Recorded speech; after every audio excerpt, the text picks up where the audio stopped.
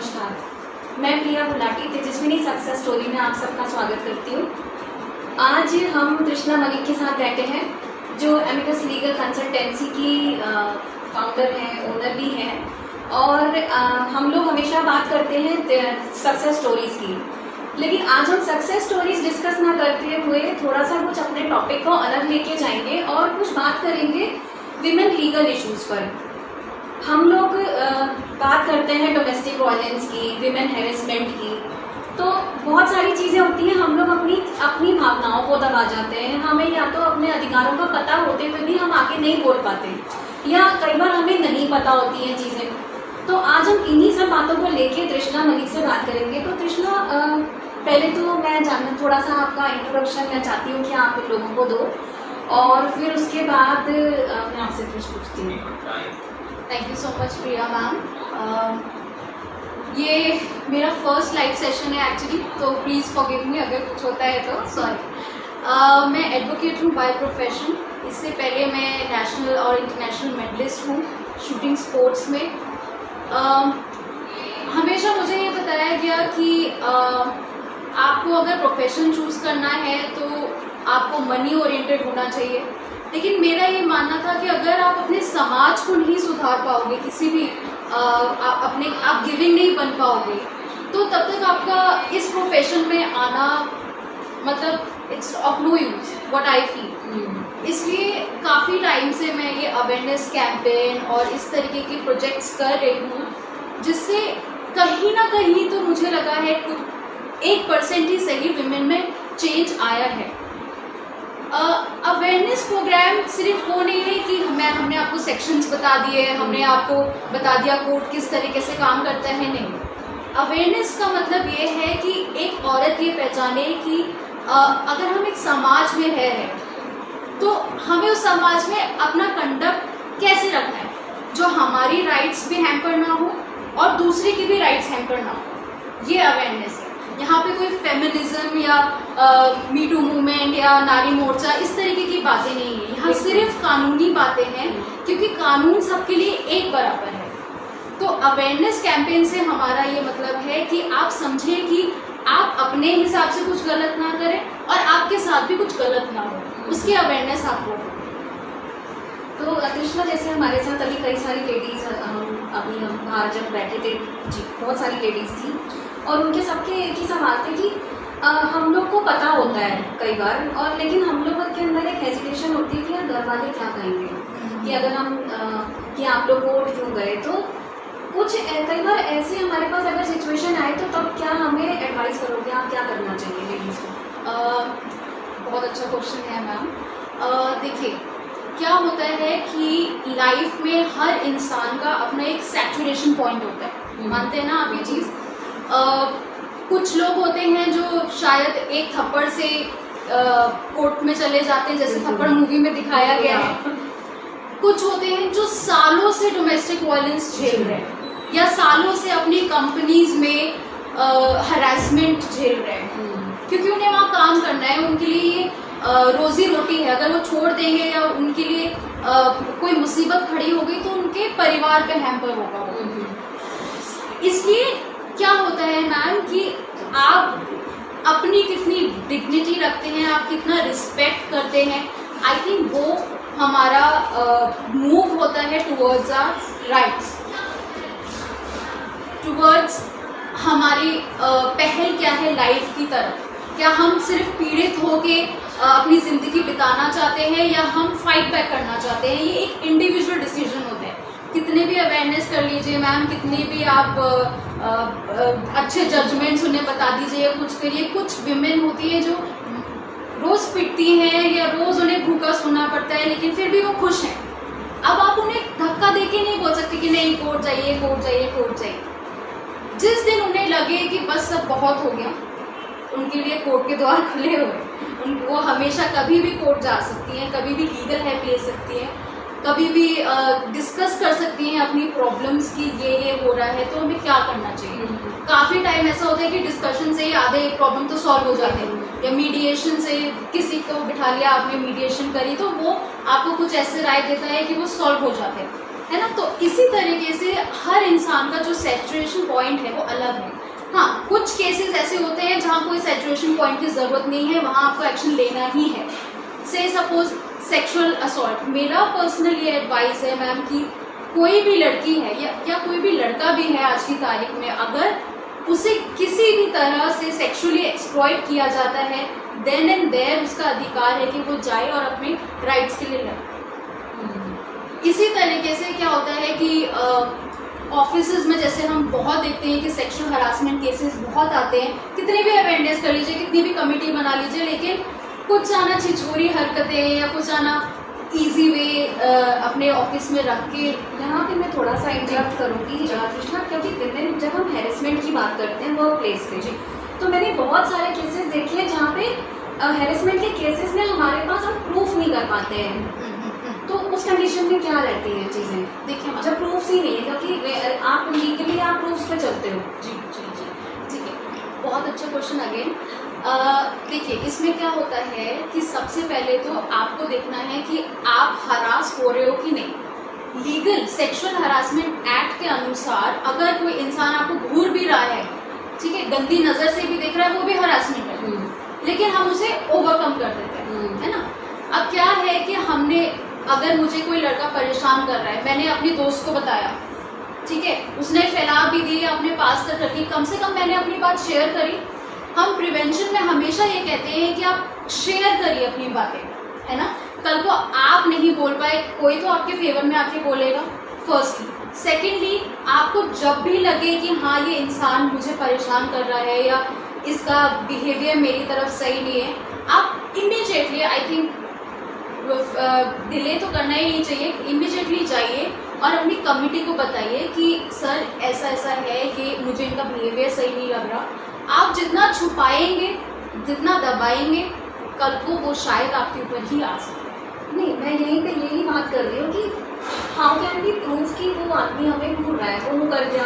हाँ। कई बार होता है कि कमेटी भी बायस हो जाती है, हाँ। क्योंकि इंटरनल कमेटीज होती है, तो वो बायस भी हो जाती है। तो वहाँ पे हम प्रूफ कैसे करें? वहाँ पे दिक्कत आती है फीमेल्स को वर्क प्लेस पे प्रूफ करने की। देखिए सबसे अच्छी बात आजकल ये होती है कि हमारे यहाँ CCTV कैमरेज होते हैं, ऑलमोस्ट हर एक्टिविटी ऑफिसेज में जो होती है वो रिकॉर्ड हो जाती हैं। सेकेंडली होता है मूवमेंट ऑफ पर्सन, ठीक है, कि अगर वो अपनी डेस्क से उठ के मेरे डेस्क पे आया, उसने मेरा हाथ रखा, तो कोई तो देखेगा, कुछ तो होगा। अगर आपने पलट के आवाज़ दी, कोई तो नोटिस करेगा। इस तरीके की छोटी मोटी चीज़ें ही आपको मतलब आपके फेवर में जा सकती हैं, क्योंकि एक असॉल्ट, एक फिजिकल असॉल्ट अलग होता है, जहाँ पे दिख रहा है कि आपके साथ की बॉडी के ऊपर असॉल्ट हुआ है या कुछ किया गया है।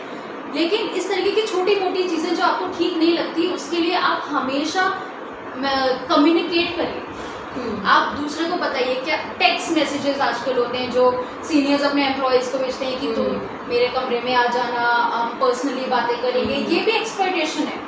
इस तरीके के छोटे मोटे से एविडेंसेस ही काम आते हैं, क्योंकि ऑब्वियसली वो भी शातिर है, वो भी अपना वो करेगा कि मैंने तो कुछ नहीं किया इस तरीके से, बट उसके कॉल्स आए होंगे, वो रात में कहीं मिला होगा, आपको पार्किंग में मिला होगा, आपको डेस्क पे आके मिला होगा, कुछ ना कुछ इस तरीके से होगा कि दिख जाते हैं एविडेंसेस। तो ये कहा जा सकता है कि अगर हमें थोड़ा सा भी शक है तो हम लोग टेक्स्ट मैसेजेस का सहारा दें, बिल्कुल बिल्कुल, और उसे सेव करके रखें। बिल्कुल। और सबसे ज़्यादा बड़ी एडवाइस मैं ये देना चाहूँगी कि जब भी आपको शक हो कि हाँ इस बंदे का बिहेवियर सही नहीं है, इमीडिएटली अपने कोलीग्स को बताइए, मुंह खोलिए, या अपने फैमिली को बताइए, किसी को बताइए, क्योंकि इंटरनल के साथ में हम एक्सटर्नल कमिटीज भी होती है सेक्सुअल हरासमेंट की, ठीक है। तो अगर इंटरनल कमिटी ने काम नहीं किया तो एक्सटर्नल कमिटी उन पर डंडा करेगी।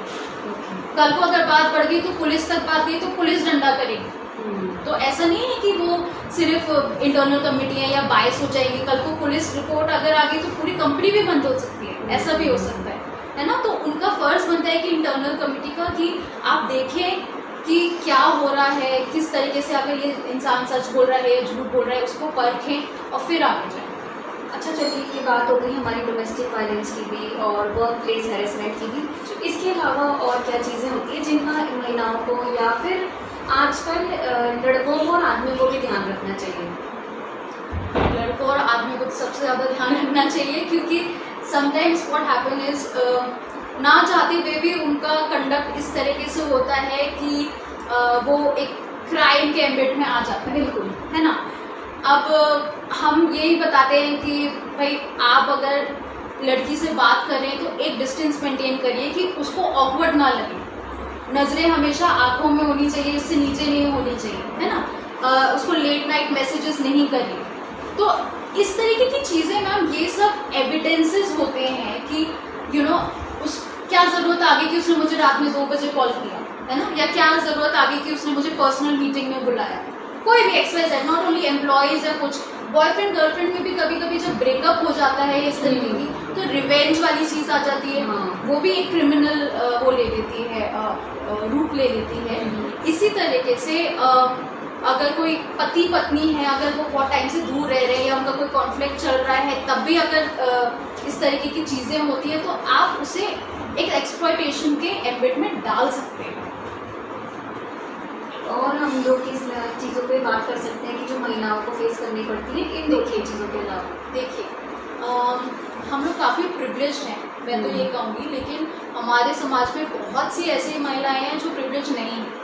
उन्हें ये नहीं पता कि साफ पानी पीना उनका कानूनी हक है, उनका राइट है। बिल्कुल। अब वो क्या करेंगी? क्या वो लड़ेंगी कि मुझे साफ पानी नहीं पता? लड़ने को लड़ती है, लेकिन कोई कितना लड़े, है ना। इसी तरीके से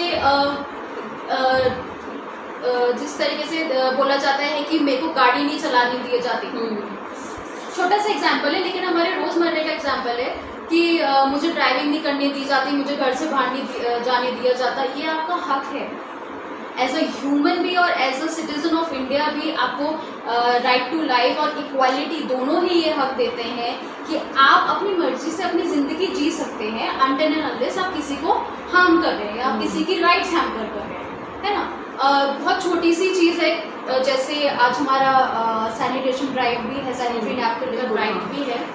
लोगों को पता ही नहीं है कि विमेन को पता ही नहीं है कि उन्हें सैनिटरी नैपकिन उनका एक कानूनी हक भी है। हाँ, ये अभी हम जैसे बात कर रहे थे जी। बात, तो इसके लिए हम जब बात करते हैं ना कि अपने अधिकारों की, जी, हम लोग बात करते हैं सिर्फ डोमेस्टिक वायलेंस की, हम जी। बात करते हैं वर्क प्लेस हैरेसमेंट की, जी। लेकिन बहुत छोटे छोटे अधिकार हैं जो इनसे बहुत हटके हैं, जो हम डेली अपनी रोज़मर्रा की ज़िंदगी में नज़रअंदाज करते हैं। जी। वो कौन कौन से अधिकार हैं हमारे जो हमें ध्यान रखने हैं? जी, देखिए, एक वो मोमेंट होता है जब इंसान ने धरती पे जन्म लिया, ठीक है। जन्म लेते ही उसके कुछ कानूनी हक उसको मिल जाते हैं फ्रॉम देन एंड देयर। और आप ये मान के चलिए इनफैक्ट ये प्रूवन है कि रूल ऑफ लॉ ये सब कुछ है। Law is the king. आप जो भी आप सांस भी ले रहे हैं, आप इस घर के नीचे रह रहे हैं, हम बात भी कर रहे हैं, वो भी सिर्फ कानून की वजह से, क्योंकि कानूनी हक मिले। बहुत सी कंट्रीज में ऐसे नहीं मिला जाता, है ना। जैसे सऊदी में आपने सुना होगा कि ड्राइविंग अभी उनको अलाउ करी गई है, उससे पहले अलाउ नहीं थी। हमारी कंट्री में सती थे और विधवा प्रथा थी। इस तरीके से जो चेंज हुआ है, इवॉल्व हुआ है। सबरीमाला केस था जो जिसपे जजमेंट बहुत अच्छी आई। LGBT राइट्स थे। तो क्या है कि कल्चर के साथ जो इवॉल्वमेंट हो रही है वो एक औरत को समझना ज़रूरी है। ऐसा नहीं है कि आप एक विलेज में रह रही हैं तो आपको सिर्फ वहीं के रूल्स और वो सब माने जाते, ठीक है, आप मानिए और आप अच्छे खुशी से रहिए, लेकिन आपका कानून उससे ऊपर है। यही चीज़ है जो हम घरों तक पहुंचाने की कोशिश कर रहे हैं कि अगर आप इतना सह रही है तो शायद आप खुद ही को इंसल्ट करिए। अगर आपको एक छत नहीं मिल रही, जैसे मेरे पास केसेस आते हैं मेंटेनेंस के, जो पति उनको पत्नियों को मेंटेनेंस नहीं दे रहा, रोजमर्रा की जिंदगी में उन्हें भीख मांगनी पड़ती है कि यार 1000 रुपये दे दो, 500 रुपये दे दो, मुझे घर का सामान लाना है। ये उनका कानूनी हक है। अगर फीमेल वर्किंग है तो फीमेल वर्किंग है तब भी मैन दे सकता है, ऐसा कुछ नहीं। मेंटेनेंस इसलिए आपको अगर ज़रूरत है तब आप लीजिए। अगर फीमेल वर्किंग वाली चीज़ है तो जनरली एलुमनी के टाइम पर डिसाइड की जाती है, जो डाइवोर्स के बाद है। फैमिली में तो आप साथ में रह रहे हो ना, वो आपका घर चला रही है ना। तो अगर घर चला रही है, घर के लिए कुछ सामान लाना है, तो क्यों नहीं मर्द अपने पॉकेट से पैसे निकाल के दे सकता, या क्यों उसे तड़पता हुआ छोड़ रहा है। हाँ, अगर वो कमा रही इतना ज़्यादा कि उसको बिल्कुल पूछने की जरूरत नहीं है तो ठीक है, वो तो हैप्पी लाइफ में है। अच्छा, क्या हमारे पास कोई ऐसे सेल्स हैं कि कई बार ऐसे केसेस होते हैं कि हमें लगता है कि यार हमें लीगल नहीं जाना है, कि हमें अपना घर भी बचाना है जी। और हम चाहते हैं कि चीज़ें रिजॉल्व भी हो जाए, तो क्या कोई ऐसे सेल्स हैं हमारे पास, कोई ऐसी कमेटीज़ हैं? देखिए NGOs बहुत बड़ा रोल प्ले करते हैं इसमें। ज़्यादातर NGOs क्या होते हैं कि विमेन रिजॉल्विंग होते हैं, उनकी जो प्रॉब्लम्स होती हैं वो रिजॉल्व करने के लिए ही बने होते हैं। मगर इसके अलावा आप किसी लॉयर के साथ भी उसको सेटल कर सकते हैं, ठीक है। अब कुछ केसेस अगर ऐसे हैं, जैसे मैं आपको बताऊँ कि सेक्सुअल असॉल्ट का केस है, आप उसमें क्या सेटल करोगे?